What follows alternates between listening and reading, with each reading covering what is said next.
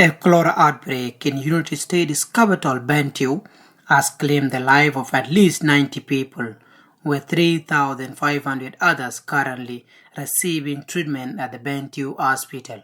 The situation has been exacerbated by dear living conditions in temporary shelters across Rukona, Bentiu town, and the protection of civilians side, where thousands of displaced people reside. Health officials report that poor hygiene, lack of latrine, and limited access to clean water have created fertile ground for the rapid spread of the waterborne disease, with overcrowding and insufficient sanitation facility in the camp. Implementing effective preventive measures remain a significant challenge. Dr. James Gadiel Gatkos, a director of Bentiu Hospital, say the hospital is overwhelmed with patients and we are running low on essential medical supply.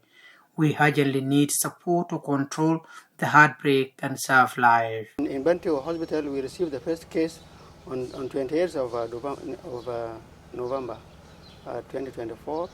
Up to date, the cases that we have received are more than 1,400 current cases up to this morning. Majority of cases were treated well and discharged home with few mortalities, which are now about 20. Regarding cholera treatment center, this is the second one in United States. The first one is in POC, run by MSF.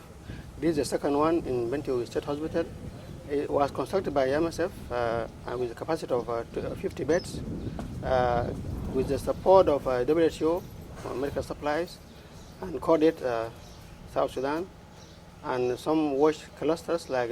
Doctors in charge comment the avoid as they describe the situation as terrible, with a record of 4 to 10 death cases per day both in hospital and outside. We've treated over 1,000 cases since we started our interventions over a month ago, and we've been collaborating with other partners in the Rubicona Primary Healthcare Center and here in Bentiu State Hospital over the recent weeks to support the case management. We've seen many issues and rumors in the community around stigma around cholera, with many people refusing to come to the hospitals, and we want to emphasize the importance of good hygiene practices, drinking clean water and washing hands, and if you have symptoms, coming immediately to the healthcare facilities. There's nothing to be ashamed of, and this will help us urgently to prevent additional unnecessary deaths. We've been receiving usually over 200 cases daily across the multiple facilities here in Bentiu, in Rubicona, and in the Bentiu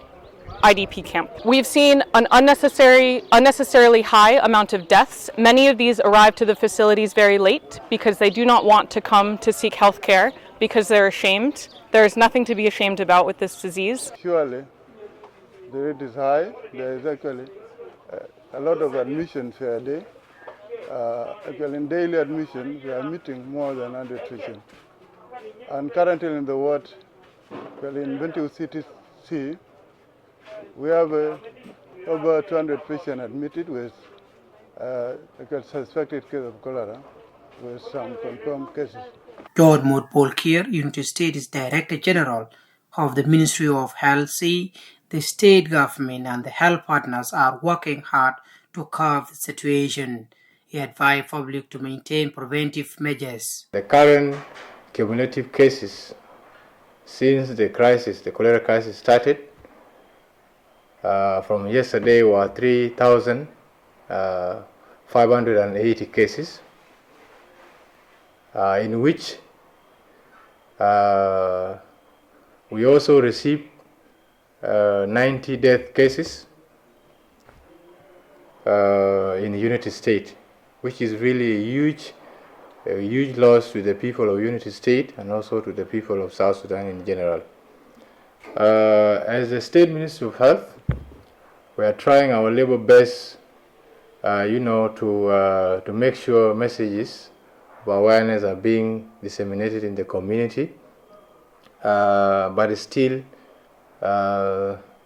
due to the environment that the community are living in, the community are still exposed to more spread of infections, which is the cholera disease. The good thing is I received good news from the National Ministry of Health yesterday that the oral cholera vaccines will be arriving sooner this week, maybe Wednesday or Thursday.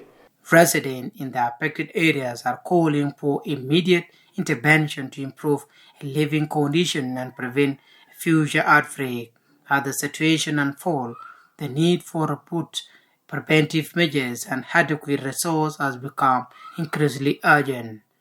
Mayuriam Yok, SSPC News, Bentiu Town, United States.